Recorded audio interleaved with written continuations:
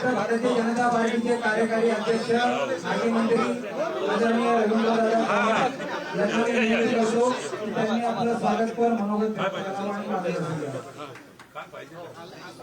सर्वांना विनंती आहे, सर्वांनी दोन्ही हात उंच करून आपण सर्वांनी घोषणा द्यायच्या। बोला भारत माता की जय, भारत माता की जय, वंदे मातरम, वंदे मातरम, भारतीय जनता पार्टीचा आज नाशिक या जिल्ह्यामधील आपण सर्व बडगुजर साहेब असतील आणि त्यांच्या बरोबर असणारे सर्व कार्यकर्ते आणि पदाधिकारी या सर्वांनी आज भारतीय जनता पार्टी पक्षामध्ये प्रवेश केला। मी आपणा सर्वांचं मनपूर्वक भारतीय जनता पार्टी पक्षामध्ये स्वागत करतो।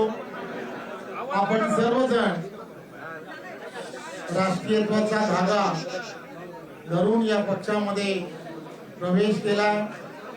देशाचे पंतप्रधान आदरणीय नरेंद्र मोदीजी, महाराष्ट्राचे लोकप्रिय असे मुख्यमंत्री आमचे सर्वांचे नेते आदरणीय देवेंद्रजी व महाराष्ट्र भारतीय जनता पार्टीचे प्रदेशाचे अध्यक्ष आदरणीय चंद्रशेखर बावनकुळेजी आणि आदरणीय गिरीश भाऊ, ही सर्व मंडळी आणि आम्ही सर्वजण आपणा सर्वांना एवढाच विश्वास देऊ इच्छितो की ज्या विश्वासाने आपण सर्वांनी आज भारतीय जनता पार्टी पक्षामध्ये प्रवेश केलाय, तो विश्वास, त्या विश्वासाला आम्ही सर्वजण कुठेही तडा जाऊ देणार नाही आणि आपण सर्वजण एक परिवार म्हणून येणाऱ्या काळामध्ये भारतीय जनता पार्टी आणि भारतीय जनता पार्टीची विचारधारा ही सामान्य जनतेपर्यंत पोहोचवण्यासाठी आपण सर्वजण मिळून कटिबद्ध राहूया,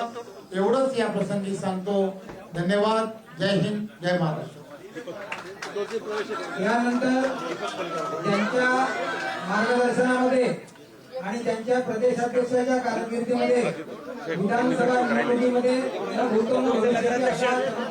घडवून आणला असे महाराष्ट्राचे मुलुक मैदान तोफ आणि महाराष्ट्र भारतीय जनता पार्टीचे धडाडीचे अध्यक्ष आदरणीय माननीय चंद्रशेखर बावनकुळेजी यांना मी विनंती करतो की त्यांनी आपलं मनोगत व्यक्त करावं।